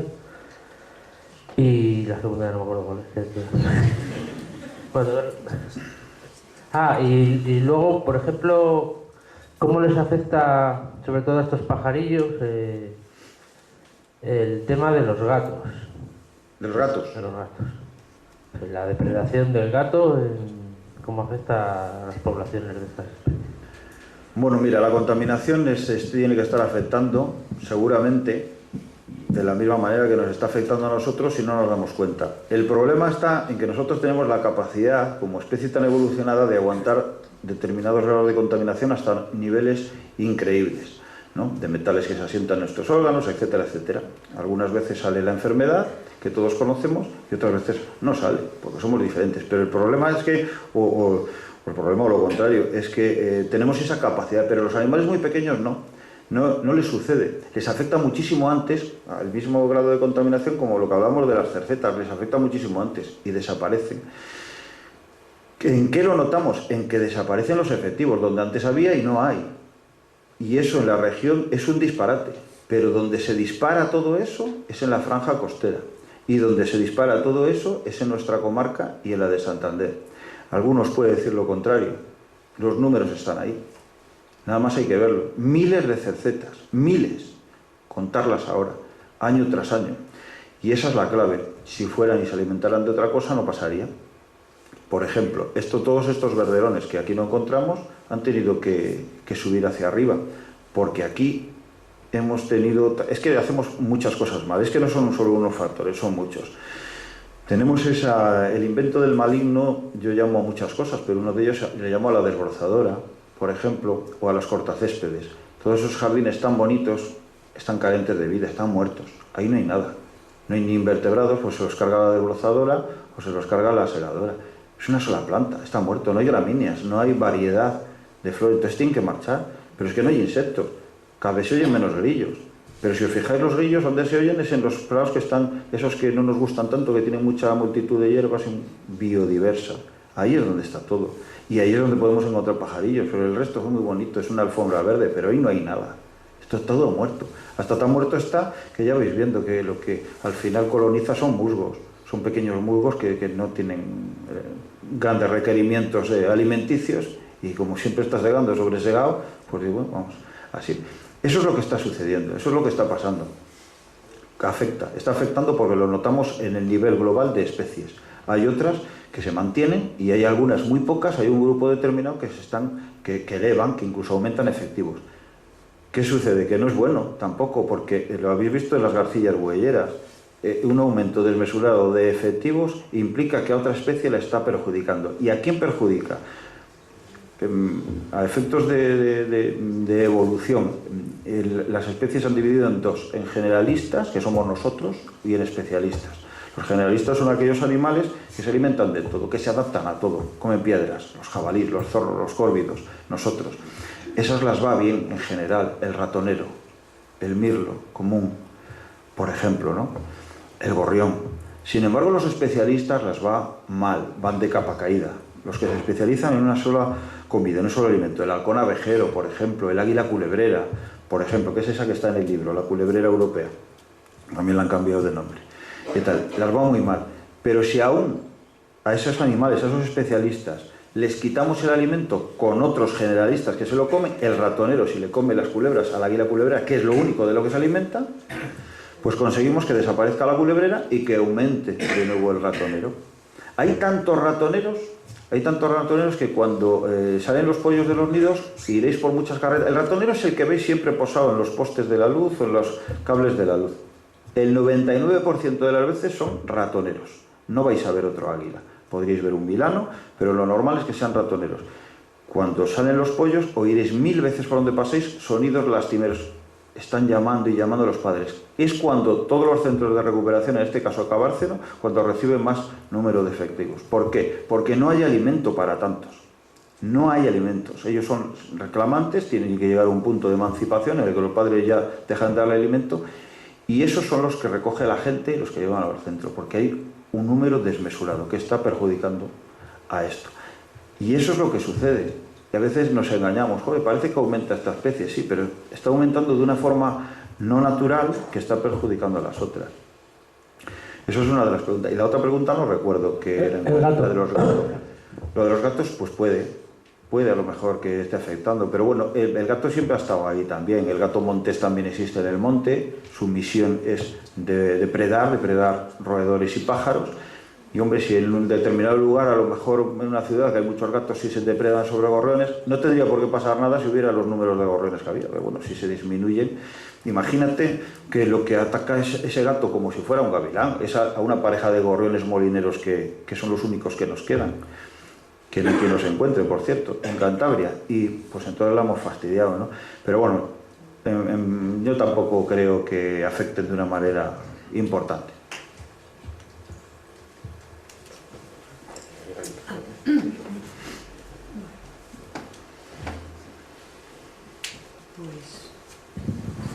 Yo también tenía varias preguntas.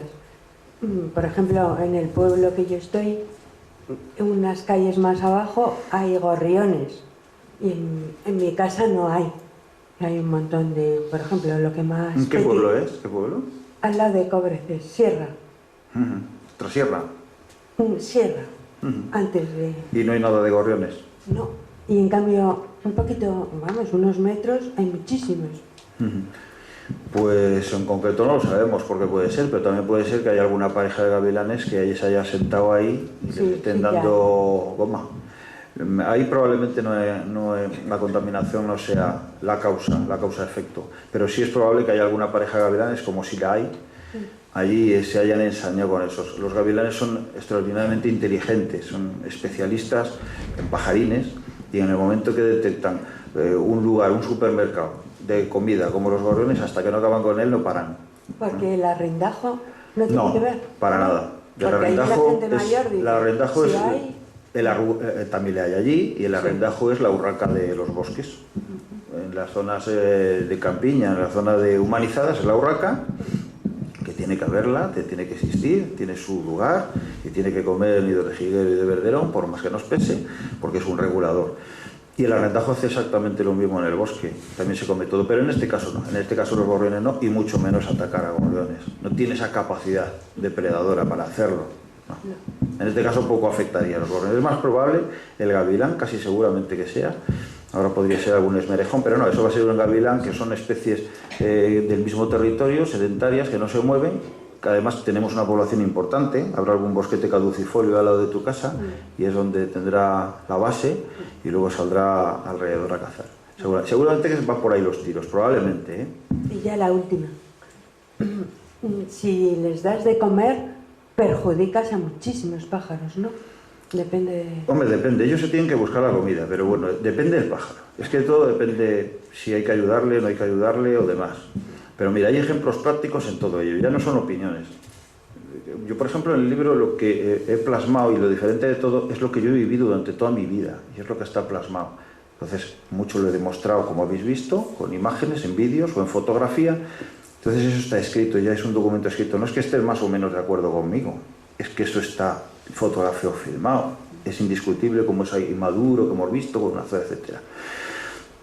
Entonces, ¿que les des de comer? Pues mira, cuando la especie está en grave peligro de extinción hay que ayudarla. No nos queda otra. Lo que pasa es que hay especies que son muy difíciles de ayudar, como el urogallo, por ejemplo.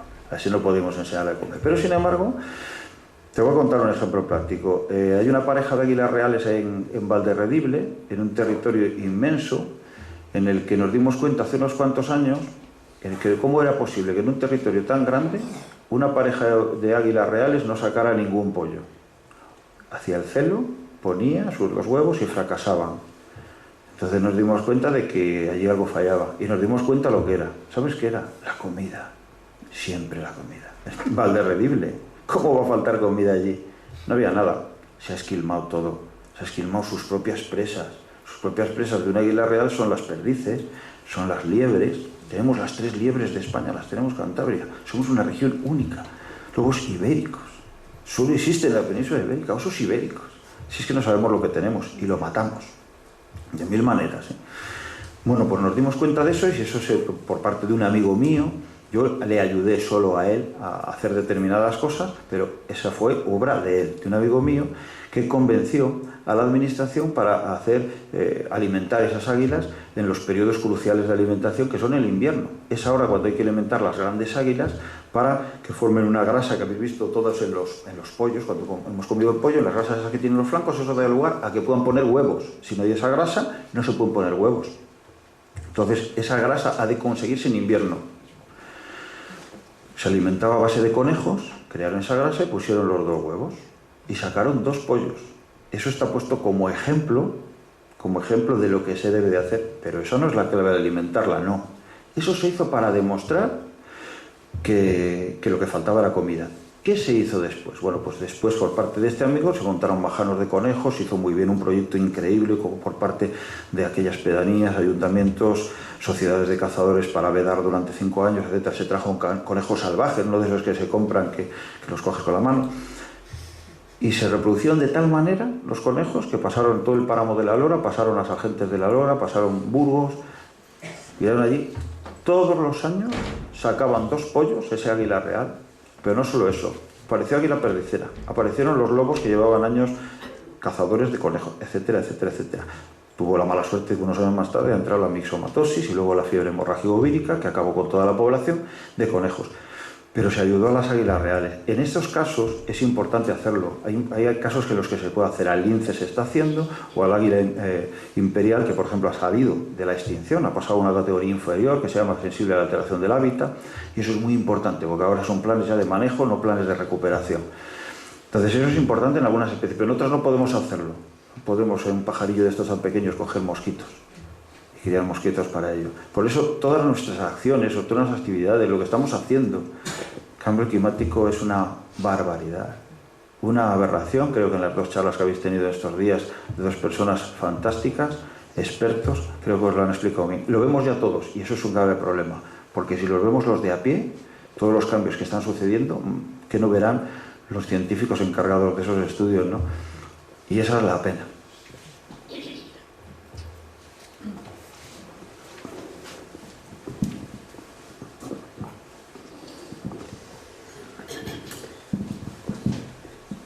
Una pregunta, José. Desde la Administración, tú eres funcionario del Estado, desde la Administración y ahora sobre todo que llevas muchos años metido en el mundo hoy nos has venido a hablar de aves, pero también podrías venir a dar otra charla como has dado, o cientos sobre mamíferos, digamos, de Cantabria. Desde la Administración, hablabas ahora mismo, comentabas ahora que porque la Administración, con el tema de la alimentación, vio allí lo que había que hacer y se alimentaron para poder criar. Tú, en tus reuniones que has tenido con la Administración, ¿les has presentado algún proyecto o algo de manera que este tipo de carencias que se están viendo en Cantabria ves una solución o ellos vean una solución? Buena pregunta. Bueno, mira, yo te voy a contar lo que yo hice una vez. Mira, en este libro, mi ave preferida, ya que no lo habéis preguntado, os lo digo yo, es el urogallo.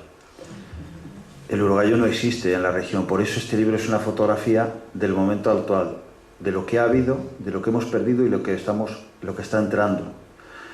Y ese es el primero que hemos perdido. Y va camino de perder unos cuantos más. Algunos les hemos visto, como el colirrojo real, por ejemplo. Ese es muy difícil criarle con mosquitos. O se hacen bien las cosas o desaparece. En el caso del urogallo, es la especie que viene en el libro, y el libro, cada especie requiere una página distinta. En un gorrión pues es una página, pero en un urogallo 30 y tantas. El urogallo hizo un estudio de 10 años, súper increíble, y ese estudio se le entregó a la Administración para intentar ayudar a solventar el problema de los urogallos, para intentar recuperarlo. ¿Cuáles eran los problemas que yo había detectado durante 10 años para intentar ayudarlos, ¿no? Y ese documento íntegramente está ahora plasmado en el libro, ¿no? Pero ya con fotografía. Bueno, pues ahí se dijeron cuáles eran los mayores problemas que yo había visto con los últimos urogallos y el por qué se estaban extinguiendo. No me hicieron mucho caso. En parte en algunas cosas sí, pero en otras no me hicieron nada de caso, y curiosamente otras comunidades autónomas se han dado cuenta y lo corrigieron el problema. ¿El problema cuál es? Mira, el problema es en el caso, por ejemplo, es un caso que yo sí planteé. Entonces yo les planteé lo siguiente. El urogallo se extinguió en Cantabria porque se redujeron mucho los efectivos. El urogallo es una población presa, como son las codornices, las liebres o las perdices. Han de reproducirse mucho para que los depredadores que tienen a su alrededor se les sigan comiendo, porque tiene que ser así, pero necesitan reproducirse con 8 pollos y sobrevivir 1 o 2. Si sobrevive 1 o 2, la especie sobrevive. Aguanta hasta nuestros días porque la especie es súper longeva. Un urogallo dura 25 años en la naturaleza. ¿Y en cautiverio puede durar más? Puede, locos. Se trastorna porque son animales muy evolucionados como nosotros, como las grandes águilas. Se vuelven pirados. Por eso los conocemos como urogallos locos. Pero no solo cuando los enjaulamos, sino cuando están en la naturaleza. Cuando un urogallo lleva muchos años solo, sin macho y sin hembra, se le va la pinza y se vuelve loco. Se deja, por ejemplo, copular por un hombre. Si hay leñadores en la cercanía y hay una hembra que está encelada, se acerca, pone las alitas así péndulas hacia abajo, se agacha y con el leñador. porque esas poblaciones necesitan de grupos, necesitan de muchos números de efectivos. Bueno, pues cuando el número de efectivos era tan pequeño, en el caso de Cantabria, yo conocí 8 cantaderos útiles, con machos y hembras, pero en todos los años que lo estudié, jamás ni una sola pareja consiguió pollos. Ni una, y sin embargo ponían. ¿Por qué? Porque le atacaban desde todos los lados. En un solo año, en el año 2003, yo detecté 3 cantaderos de urogallo, con machos y con hembras, y en uno se le comió un azor, en otro se le comió una marta, y el tercero fue un peor, porque se le comió un mamífero no determinado, no logré determinar cuál era, aunque pueda suponerlo, pero se comió la gallina y se comió la puesta. La única puesta, los únicos huevos. Los huevos son del mismo color que el de las gallinas. Esa era la causa en Cantabria de que se extinguiera el urogallo, el número de efectivos tan pequeño y la depredación. De cualquiera de las fórmulas, la depredación había que quitarla. ¿Y cuáles son los principales depredadores del urogallo? Todos, pero 2 fundamentales, el azor y la marta. ¿Es que hay muchas martas, hay muchos azores? No, hay los que tiene que haber, sobre todo donde había urogallos, la zona de Camaleño y Vega de Liébana, por ejemplo. Pero es que por cada cantadero había una sola marta, que es su territorio. Pero es que si no te como hoy, te como mañana. Si hubiera 10 urogallos, no. Este año yo tuve la gran suerte de estar en el urogallo que salió en la película de Cantábrico, que es el mejor de la cordillera cantábrica, está en León, y allí estaba la población importante. Allí están ascendiendo el número de urogallos, porque hay un número importante de urogallos. Entonces, si a 2 gallinas se les comen las puestas, quedan otras 4. Entonces el número aumenta. Pero allí se hicieron una cosa importantísima, 2 cosas que yo planteé a los de aquí, que no hicieron mucho caso, y que planteé y que los de León se han hecho.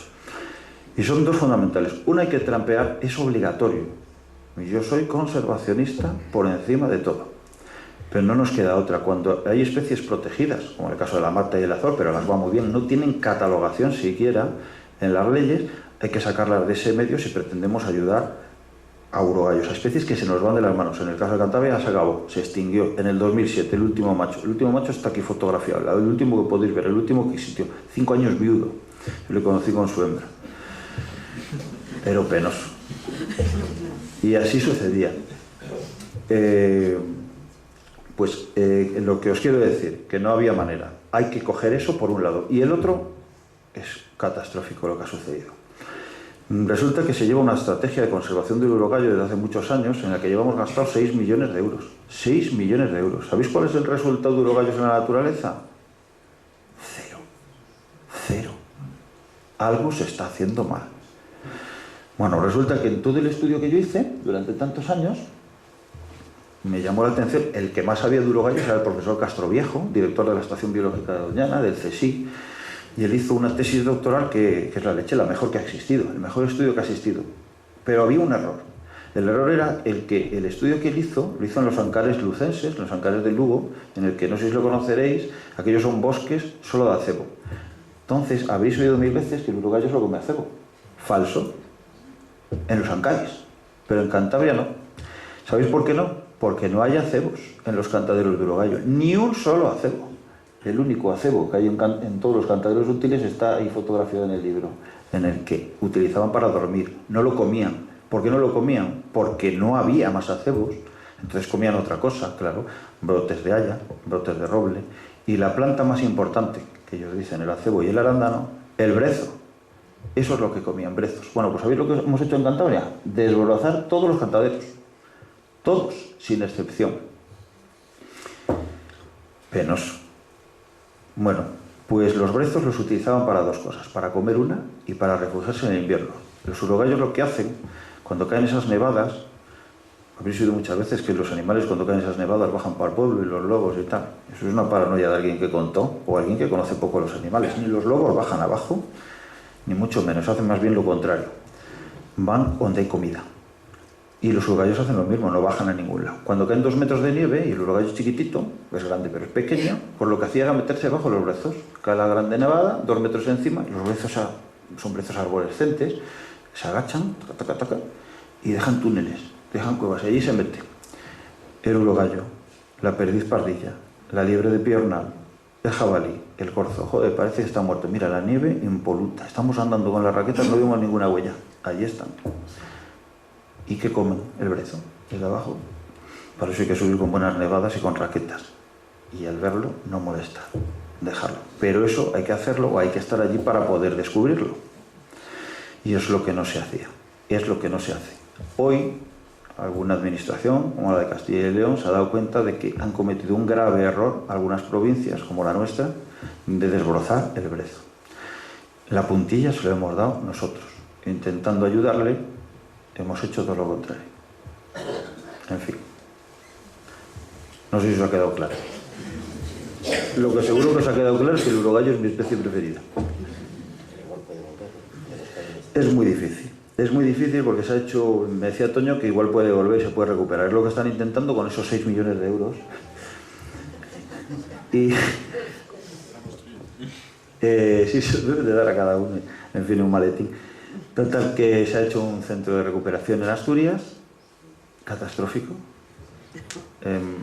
Bueno, por ejemplo, en las comunidades autónomas ese dinero se reparte, eso es un queso, como los presupuestos generales del Estado. Eso es un queso que se reparte el dinero, en el caso del urogallo, según la extensión y los urogallos que tenían, ¿no? No nos interesa. Yo puedo hablar porque yo no cobro de ninguna parte, pero esto no lo puede decir quien cobra subvenciones, además. Es muy importante. Ese dinero se reparte en las comunidades autónomas según el número de urogallos que hipotéticamente tenían que tener. Entonces, en el caso de Cantabria, le tocaron, cuando acabó el último proyecto LIFE, le tocaron 3 urogallos del centro de recuperación, que eran urogallinas, no llegábamos a macho, y se soltaron. Y duraron una semana. Y llevaban unas mochilas millonarias. La mochila es el equipo GPS, que alquilar el satélite, para ver dónde van. Una semana. ¿Sabéis qué les pasó? Las comieron los depredadores que os he hablado antes. Pero si no conocen, el problema es el que hemos dicho. En términos de supervivencia, las especies lo hacen de dos formas. Habéis oído, eso es genético, que lo habéis oído muchas veces, y aprendido. Nosotros necesitamos aprender, nosotros lo genético lo perdimos hace tiempo. Necesitamos enseñar a nuestros hijos para que se defiendan ante todo en la vida. Por los urogallos igual, no nacen con la genética aprendida, tiene que enseñárselo su madre. Su madre, cuando pasa el azor, hace "oh", avisa. Se quedan así quietitos. Es un azor, les está diciendo. Tenéis que quedaros quietitos y esconderos debajo del brezo. Cuando pasa una marta, hace otra cosa, otro sonido. Eso lo tienen que aprender los pollos. De tal manera que cuando alguna vez no les da tiempo a avisar y se comen 2 y lo ven los hermanos, aprenden.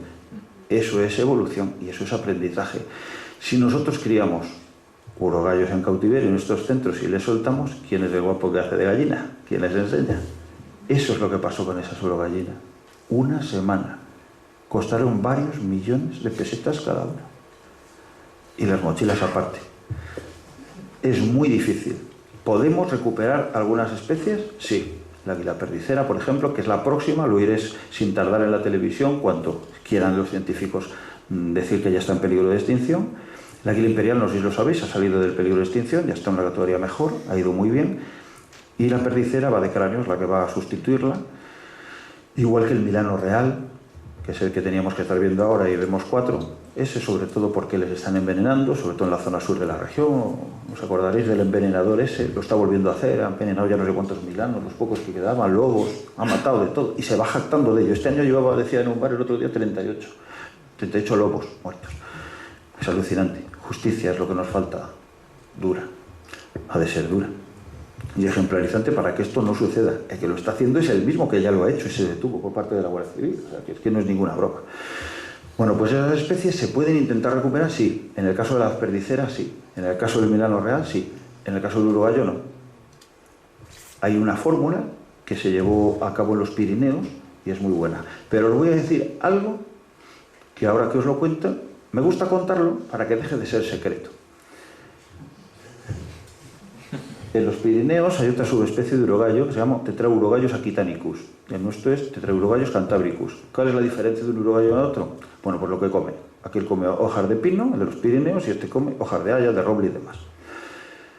Aquel iba un pelín mejor, pero también iba en picado, de cráneo. 2 guardas de su mano mayor, en secreto a la administración, se dedicaron a trampear martas y azores en 2 cantaderos, sin que lo supieran sus jefes. Bueno, se han disparado urogallos. ¿Sabéis cuál es el coste? Dicho todo. ¿Alguna pregunta más?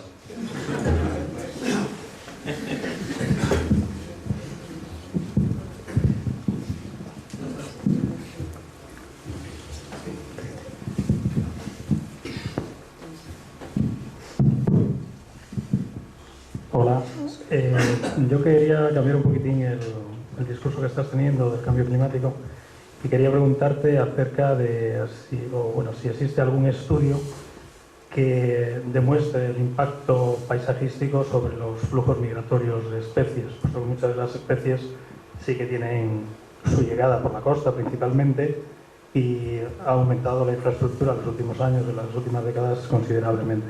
¿Sabes si hay algún estudio o en tu experiencia personal puedes haber detectado algo al respecto? No, la verdad es que no sé si hay algún estudio, pero porque normalmente el que os puede contestar mejor a eso sería la Sociedad Española de Ornitología, yo soy también socio de ellos, y son los que llevan ese tipo de estudios. Pero lo que sí te puedo decir es que si afectan, joder, que si afectan. ¿Sabéis lo que más afecta? Infraestructuras como los parques eólicos, que son importantes, pero hay que saber dónde los ubicamos. Porque hay lugares que son corredores naturales y dices, tú fíjate la cantidad de cielo que hay para volar un pájaro y tiene que ir a los parques. No, es que es el corredor que tuvo siempre. Es donde están las corrientes térmicas, las corrientes que les llevan, les traslada. Y hay empresas, que no voy a citar nombres, en el que todos los días se dedica un señor con un Land Rover a recorrer de poste a poste para ir recogiendo los cadáveres de los pájaros que matan. No solo buitres, matan desde mosquiteros, los más chiquitines, donde da el aparato ese. Y hay lugares que los han puesto adrede para matar bichos, porque es que hay algunos que son carnicerías. Hay otros. ¿Hay que hacerlo? Sí, pero es que tiene que haber algún ornitólogo que estudie la evaluación de impacto ambiental. Si es que las normas están. La norma existe desde hace, la evaluación no tiene muchos años, las evaluaciones se hacen, me parece que hace unos 20 años, un poco más o menos, ¿no? Pero se vulneran. Claro, si no cumplimos la norma o las propias normas que hacemos nosotros, pues acarrean. ¿Cuál es el mayor problema? Porque si matan 10 buitres leonados tampoco pasa más, porque hay muchos más, la especie no está en peligro. Pero ¿y si mata una sola perdicera? Te cargaste la especie en esa zona. Fíjate, el águila perdicera, yo conocí 3 parejas en Cantabria, no es un lugar propio para ella, porque el águila perdicera es para mí de las más hermosas, muy blanca, es una águila muy blanca, una gran cazadora. Ahora también le han cambiado el nombre, águila azor perdicera. Bueno, la verdad es que sí sabemos que esta, la que más le ha afectado, han sido los cazadores furtivos, ¿no? Algunos dicen, aduciendo su nombre, perdicera. Me quita las perdices, pues me la quito yo en medio. Donde más había, en Cantabria teníamos 3 parejas, y la última pareja se extinguió en la zona de Orbaneja del Castillo, Villascusa, Ebro y tal. Pero a partir de ahí que nace el cañón del Ebro, fijaros hasta dónde llega, hasta dónde está Miranda de Ebro, hasta por allí Álava, había una pareja de águila perdicera una detrás de otra. Ahí sabemos que el impacto ha sido otro. Ahí sabemos que han sido los cazadores furtivos, porque lo hemos encontrado. Hemos encontrado las águilas tiroteadas, ¿no? Esta es una de ellas. Pero sí sabemos que hay algún parque eólico que se ha cargado perdiceras hasta que han desaparecido. Y eso es lo malo, porque es que es un águila que le va francamente mal. ¿Que pasa a gorriones comunes? Bueno, porque quedan muchos. Si matamos muchos ciervos, pues tampoco pasa más, porque hay muchos ciervos. Pero si matamos un oso pardo, pues que es la única hembra que había en toda Cantabria y 15 machos, que es lo que le ha pasado a esta población, por eso les ha costado un huevo salir, que ahora bueno, entra algún macho que ha venido de allá de Asturias, y por eso parientes crían. Pues eso es lo que sucede, claro que nuestras infraestructuras. Lo que no sé es en concreto si habrá algún estudio, supongo que sí, que por parte del ASEO, No me refería exactamente a eso. Que te agradezco que lo hayas detallado tanto. Me refería más al impacto paisajístico, no el de infraestructuras que hayan afectado a la mortandad de estas especies, sino la construcción de nuevas infraestructuras, de nuevas urbanizaciones, si ha afectado a los flujos migratorios, por ejemplo, de las especies de aves. No estamos hablando ya de mortandad, sino si ha alterado sus flujos migratorios o ha alterado sus comportamientos. Pues mira, no lo sé, la verdad es que lo desconozco. Sí es cierto que nuestras infraestructuras han afectado muchísimo. Por ejemplo, como decías de las infraestructuras costeras, en el tema de las urbanizaciones, una barbaridad. Por ejemplo, el cormorán moñudo, vemos 2 cormoranes, el que veis aquí en el Besaya es el cormorán grande, y el que cría, esa es la especie que viene, igual que la garza, a hacerse maduro sexualmente entre 5 y 6 años y luego regresa al norte para reproducirse. Pero tenemos otro cormorán, que es el cormorán moñudo, que es más pequeñito y tiene una moña aquí. Ese es el que cría en la costa, ese jamás se aventura a los ríos, al interior de los ríos, ¿no? Bueno, pues ese ha sido afectado a tope por las construcciones, por ejemplo, muchísimo. Algunas son tan vergonzosas que está la urbanización encima y los nidos de cormorán debajo, patético, por ejemplo. Pero te diré otra, el águila pescadora. Bueno, pues nosotros tuvimos la gran suerte de que nos criaba alguna águila pescadora, una águila preciosa que se dedica a coger peces. Pues tuvimos algún nido, pues desapareció en las últimas urbanizaciones que se hicieron en la parte oriental de Cantabria. Ahora tenemos la gran suerte, gracias a un experto en águilas pescadoras, que es Carlos Sainz, que está intentando, ha hecho un proyecto en la desembocadura de la ría de Cubas, donde está el campi de Severino Ballesteros, el campo de golf. Se ha montado una infraestructura, un poco también en combinación con la administración, con el ayuntamiento y con la SEO, con unos pósters, con unos nidos artificiales. Entonces ya lleva 2 años intentando reproducirse, hacen el celo y demás, pero no acaban de poner huevos y tal. No sabemos muy bien, puede tener un problema de infertilidad alguno de los dos, ¿no? Ahí se están haciendo cosas bien, mira, por ejemplo, se están intentando hacer cosas bien. Pero ese águila desapareció por las infraestructuras directamente. El cambio de los flujos, no lo sé, porque ellos tienen sus mismas entradas, todos tienen las mismas entradas, todas las entradas son nocturnas, no vemos ninguna entrada migratoria de día. Entonces, no sabemos muy bien. Yo desde luego lo desconozco, si hay algún estudio en concreto, ahí sí que no te puedo contestar. Pero vamos, que afectan con toda esta luminosidad y con todas estas luces, no lo dudes ni por un momento, eso te tiene que despistar por narices. Ahora, ¿hasta qué punto? Pues no lo sé, ni idea. ¿Las entradas migratorias solamente nocturnas? Sí, el 90% son nocturnas.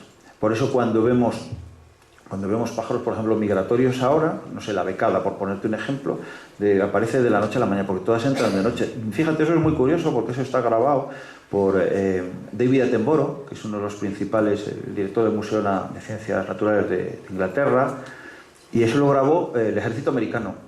Todas las entradas, al principio, el ejército en sus radares veía unas nubes que parecían extraterrestres, ovnis, pensaría, hasta que se dieron cuenta que eran estos bandos de especies migratorias. Bueno, no solo de aves, o sea que también llegaron a detectar mariposas, por ejemplo, ¿no? Nocturnas, polillas, ¿no? Y eran nubes, y nubes. Y entonces, por eso sabemos, entonces casi todas las entradas son de noche. Hay aves marinas que, como no entran a tierra, pueden entrar de día, El tema de alcatraces, por ejemplo, araos, alcas, que ahora podemos ver, sobre todo con estos temporales, esos también pueden moverse de día. Las especies que se introducen en tierra, nocturnas. Hacen la migración normalmente nocturnas. Supongo que por algún tema de su radar, supongo, de estrellas, para guiarse, supongo. Los sitios musicales entran en bandos bastante numerosos. Sí, puede haber especies. Puede haber, y el mosquitero musical, además, es una especie que ahora está entrando en gran cantidad, le va muy bien, y esa es una de las excepciones también. Sí, siempre hay excepciones, siempre. Habrá alguna más, seguramente.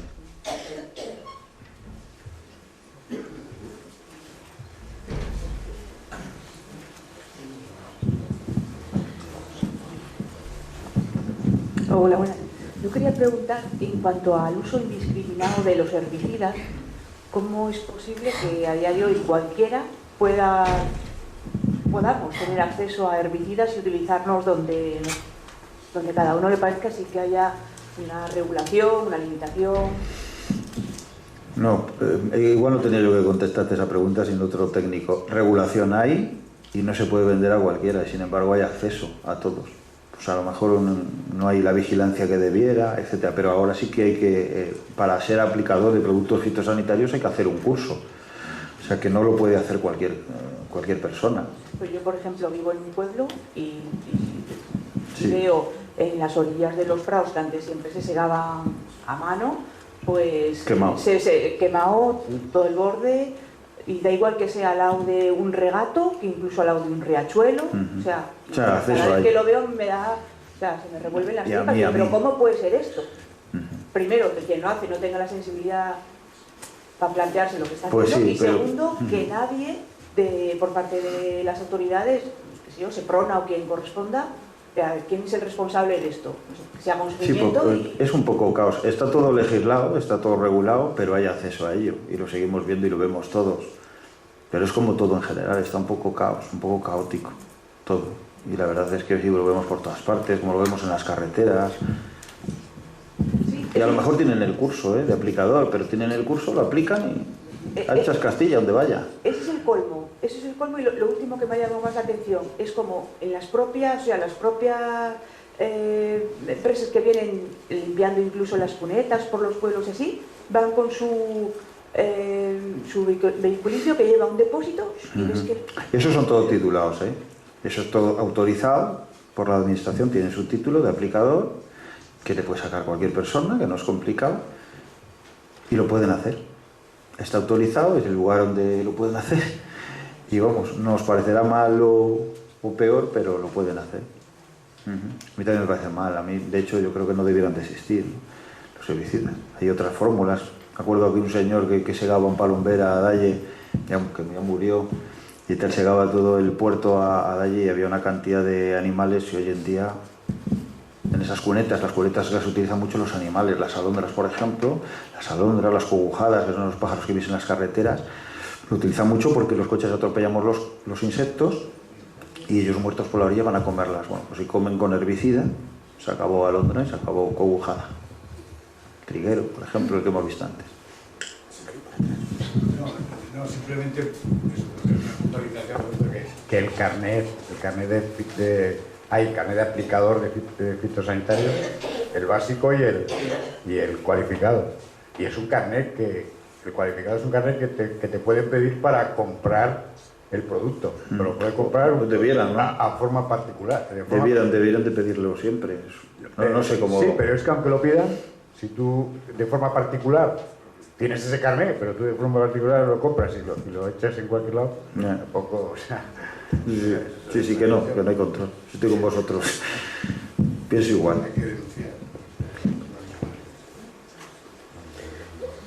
Una cosa, José, hablabas antes, por ejemplo, en un sitio, por ejemplo, en el Cañón de Río Lobos, hay mucho buitre. Generalmente se le alimenta, hay muchos animales que se les alimenta. ¿Eso es bueno o es malo? Porque al final ellos no van a cazar.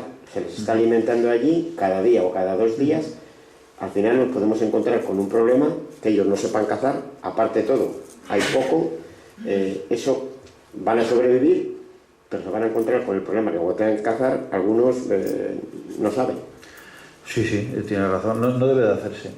De hecho, los muladares se inventaron para ayudar, para aportar esa cantidad de alimento a animales o a poblaciones, en este caso sobre todo se hicieron por los buitres y los alimoches, para ayudarles a que esas poblaciones salieran adelante. Eso está bien, pero tiene que haber un momento en el que hay que frenar, hay que enseñarles a que ellos vayan solos, hacerlo. Es lo que hablábamos de la perdicera, del águila real antes. Exactamente lo mismo, se le puede ayudar cuando tiene problemas, pero tiene que llevar algún punto en el que tenemos que dejarlo. En el caso de Cantabria, por ejemplo, no existe ningún muladar oficial. No existe ninguno porque el pensamiento de la administración al respecto es que no deben hacerlo por esto que yo os comento. Y en el caso de Cantabria está muy acertado porque nuestra población de buitres se ha disparado. O sea, hay bastantes más de los que teníamos hace muchos años, pero tampoco es un disparate, muchos más de los que tiene que haber, porque la biología del buitre es muy pintoresca, o sea, nos llevaría un día explicarla, es complicadilla.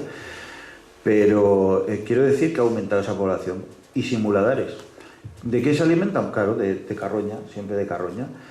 Pero es cierto que cuando nació la enfermedad de las vacas locas, la encefalopatía espongiforme, se prohibieron desde Europa, se hizo la prohibición de abandonar animales en el campo, pero se dieron cuenta que a los necrófagos no les afectaba para nada esa enfermedad, sino todo lo contrario, podían comer animales enfermos y no les afectaba. Entonces hoy en Cantabria se recogen solo aquellos animales muertos donde llega el camión, donde llega el camión con la pluma, coge el animal, la vaca o lo que sea, y se la lleva a quemar. Pero los animales que mueren en el monte, por ejemplo las tudancas o los caballos en extensivo, esos donde mueren quedan para los depredadores, ¿no?, y demás, y se lo comen allí. Es en el caso de Cantabria. Hubo un caso muy curioso en Navarra, porque como todo está la picaresca y sobre todo la picaresca del hombre. En Navarra se hicieron muchos muladares, se hicieron muchas cosas, bueno. Y en el caso es que en Navarra era donde más mortandad de animales domésticos había, macho. Era algo curioso. ¿Sabéis por qué? Porque se pagaba cada animal doméstico. Se percataron y se dieron cuenta de ello, de que iba al guarda, corroboraba la existencia del fallecimiento y dejaba allí la res. Era su error, porque el propio ganadero se la llevaba a otro sitio y volvía a los 2 días a llamar y que aparecía. Esa es nuestra picaresca. Entonces luego se acabó llevando, el propio guarda tenía que llevarse las redes y las reses y lo llevaba a estos muladares, ¿no? Bueno, total que cada año se disparaba más el número de solicitudes de ayuda por animales muertos. Al final estaban superando a los animales vivos. Y si es que no cuadraba. Entonces hicieron un estudio aparte por otras personas, digamos que lo auditaron, y se percataron de que todos eran falsos, de que todo era mentira. Y el mismo año se cancelaron todas las subvenciones. Bueno, por la población de buitres de Navarra se disparó. Somos nosotros. Siempre somos los mismos. Si es que somos en nuestra región no ha hecho falta nunca, ni hace falta. Siguen apareciendo, algún ganadero de Valderredible sigue llegando allá al páramo y tal. En Potes, por ejemplo, en la zona de Cibérico Castro, en la zona de Cabañes, también se tira alguno y tal. Pero vamos, que de forma, no oficiales, no son muladares oficiales. Y se han clausurado ya casi todos por falta de presupuesto, ¿eh? En Burgos había muchos, por ejemplo, aquí en la zona lindante con nosotros yo conozco 3 que siguen las infraestructuras y se abandonaron por falta de dinero y las poblaciones siguen funcionando. Pero vamos, no es conveniente ayudarles mucho tiempo, como dices. Un tiempo para recuperarse, sí, pero nada más. ¿Alguna pregunta por ahí? Pues si no hay alguna pregunta, yo le voy a hacer la última ya, que lo tenemos ahí al lado. La Viesca. Tú que te mueves mucho por ahí, hay muchísimas fotografías, hay alguna fotografía ahí en este libro, en el libro que se editó también desde la asociación. Salen también muchas aves, mamíferos, anfibios. ¿Cómo ves la Viesca en tema de pájaros? Bueno. ¿Riqueza, no riqueza? Bueno, regular, porque lo que está cerca de nosotros no puede ser en exceso, no podemos dar saltos de alegría. De antemano, porque esos eran los restos de una mina. Entonces, solo los propios contaminantes que hay ahí impiden que haya vegetación autóctona que hay en toda la región, lo impida que nazca ahí. Por eso tenemos un exceso de árboles, pues como las acacias africanas, etcétera, muy tolerantes a ese tipo de contaminantes.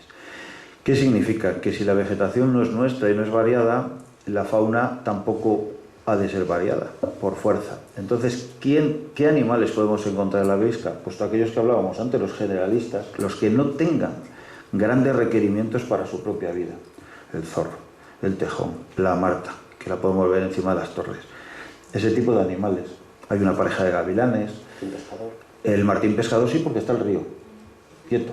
El río es otra historia, el río es vida, vida, vida. Pero estamos en el último tramo, sigue habiendo vertederos, entonces nos han desaparecido casi las musgañas, las musarañas acuáticas. Digamos que la versión terrícola está en la versión de agua. Las musarañas de tierra están en el agua, se llaman musgaños, musarañas de agua. Ha desaparecido un desmán ibérico que debiera estar en todas las cuencas y yo le conocí en el Besaya, aquí. Y ya no existe, y ahora para encontrarle, madre mía, ¿dónde hay que ir a buscarle? Ni os lo imagináis. Entonces, no es para que nos críe una pareja o 2 parejas de martín pescador en el tramo de la Viesca, bien, que tengamos el dormidero de garcillas ahí también, en el malecón. Bueno, no sé si te he contestado, hay polla de agua, pero es que la polla de agua, en otro documental que no está aquí puesto, la pongo, la polla de agua, la gallineta, la como comiendo los residuos urbanos que salen de un desagüe, para que se vea. Entonces son animales generalistas, son ratas. O sea, al final es que no podemos pegar saltos. Pero un día pasó, sí, puede haber pasado una perdicera. También hubo dinosaurios, pero... quiero decirte que no podemos saltar saltos de alegría. Siento decirte esto. No puedo decirte otra cosa. Bueno, está bien. Bueno, pues... bueno, ahí hay una última pregunta. Pues vale, ahí atrás. Y ya finalizamos. El tema de la canalización y limpieza de los ríos, la polémica afecta a poblaciones de... La canalización, eso es una catástrofe. Eso es el mayor error de todos los errores, canalizar un río. Primero porque el río hay que entenderle como un organismo vivo. ¿Habéis visto el Amazonas cómo serpentea el río Amazonas en la selva y veis unas curvas y tal, y a veces islotes y demás? Por eso, porque está vivo. Él se va moviendo. En el momento que hacemos canalizaciones, el ejemplo práctico lo tenemos en Cantabria. Y curiosamente, que no sé si lo sabéis, en la zona de Toranzo, el río Pas, se canalizó una barbaridad porque los vecinos colindantes con el río, tenían tierras de cultivo, los agricultores y ganaderos solicitan a la Confederación Hidrográfica una canalización, se acometió la mayor canalización de España y hoy está esa fotografía de forma aérea puesta en el Ministerio de Fomento en Madrid de lo que no se puede hacer en un río. En el momento que tú canalizas, no solo lo rompes las márgenes, olvídate del avión excavador, del avión zapador que vimos antes, sino que rompes los acuíferos. Rompes el acuífero, que es la parte del río que va por debajo de la superficie, la subterránea, y el río se va buscando la vida. Por eso, 6 meses al año, el río Pas está seco, está muerto. Un río salmonero importantísimo. Eso no se debe hacer nunca, ni siquiera se debe hacer por tramos. Este año, con lo del cambio climático tan patente, estáis viendo las inundaciones y las riadas que está habiendo. Cada vez habrá más, pero si el río le canalizamos, o determinados tramos, más él está vivo y va buscándose la vida. Si tú les traes los áridos y haces esos pantanales, etcétera, lo que está haciendo él, no sé si lo habéis oído cómo ruedan los cantos rodados, por eso se llaman así, cuando hay una riada, pues él lo que va haciendo es, en el lugar donde tú metas la canalización, el talud, lo va a amontonar cada vez más. El pozo desaparece y lo que va haciendo es cada vez una superficie más pequeñita. Y lo podéis ver. El río Saja, que es el que más he estudiado yo por motivos de fauna y sobre todo por el tema de nutria, de estudios de nutria y tal, es una catástrofe. Una catástrofe. Estamos ubicados, y más con lo del cambio en el clima, a la desaparición, y pueblos desaparecerán. Y ojalá, os digo de todo corazón, que me equivoque de lleno, pero hay pueblos sentenciados como es Caranceja, hay pueblos sentenciados como es la zona de Mazcuerras, las mieses de Mazcuerras. Canalizaciones catastróficas, y si os fijáis en todas ellas se han hecho. Mira, hay un caso muy curioso, uno de los tramos más modificados humanamente es el río Saja, desde la altura del pueblo del ayuntamiento de Luzmela, desde la iglesia hasta Virgen de la Peña. Ahora mismo se está proyectando otro puente allí. Bueno, pues en ese tramo de río, son unos 4 kilómetros aproximadamente, ese tramo de río se canalizó por la Confederación al completo, en una margen y en la otra. Bueno, ese río está totalmente muerto en vida. Ahora veis pasar el agua, pero es simplemente un canal de desagüe. Las nutrias, para que os hagáis una idea, no existen en ese tramo. Ah, pues yo vi una, claro, de paso. Tienes razón. Bueno, pues las nutrias, ¿sabes para qué lo utilizan? Para trasladarse del punto A al punto B, de un sitio a otro. ¿Por qué? Porque al canalizar desaparecieron todos los pozos trucheros. Desapareció toda su comida. De hecho, en verano, lo podéis ver desde la misma carretera, el cauce está totalmente seco. Ningún pescador veréis pescando. Porque ha sacado la piedra, ha modificado. Donde había una isla a la derecha, ahora está a la izquierda. Lo ha cambiado absolutamente todo. Pero no existe ni un solo pozo en ese tramo. No puede parar ni la fauna ni para nadie. Por eso está sucediendo las inundaciones que hemos visto este año tan catastróficas, desde Dron, desde todas las mieses de aquella zona de Mazcuerra. Pero es que irá más, porque en el momento que volvamos a hacerlo va a suceder lo mismo. Digamos que es pan para hoy y hambre para mañana. Este año no pasa nada, pero al siguiente le pasará. El pueblo de Molleda, según vamos para... está hecho en la misma entrada del río. No tiene ningún futuro. ¿Tenemos que acostumbrarnos? Lo que tenemos es que haber pensado las cosas bien, y no haber hecho donde no debiéramos. De todas formas, mañana, que la charla va a ser sobre inundaciones y obras de los ríos en Cantabria, y va a venir gente de la Confederación, va a haber una profesora de la Complutense de Madrid, gente muy preparada. Yo creo que mañana va a ser otra charla, además bonita, como la que estamos haciendo todos los días, donde va a haber debate, porque lo que vamos a decir es un tema importante, las inundaciones. Bueno, pues yo creo que, repetir lo de apuntarse aquí, la gente que quiera ir a la salida, y por vuestra parte, por parte de la gente que organizamos estas jornadas, los grupos Cascovadonga, Ecologistas en Acción, la Asociación de Vecinos, darte las gracias, José, de nuevo por venir otro año más. Yo creo que la gente ha salido contenta, has presentado un trabajo que la verdad que ahora entiendo que digas que 30 años, porque hay imágenes, la verdad, que te han tenido que llevar mucho tiempo, días y horas de trabajo, yo creo que días y noches para hacer este trabajo, este libro, que la verdad que yo que lo tengo en casa y merece muy mucho la pena verlo. y oye, pues darte, digamos, lo que damos generalmente a todos los ponentes. Por una parte, la casa que significa un poquitín el anagrama, el logotipo del barrio, que significa cuando quisieron hacer el soterramiento, que por eso esta casa está partida a la mitad, cuando quisieron separar el barrio, y como también pues, una bolsita de productos de Cantabria. Y este aplauso para él, yo creo que se lo merece.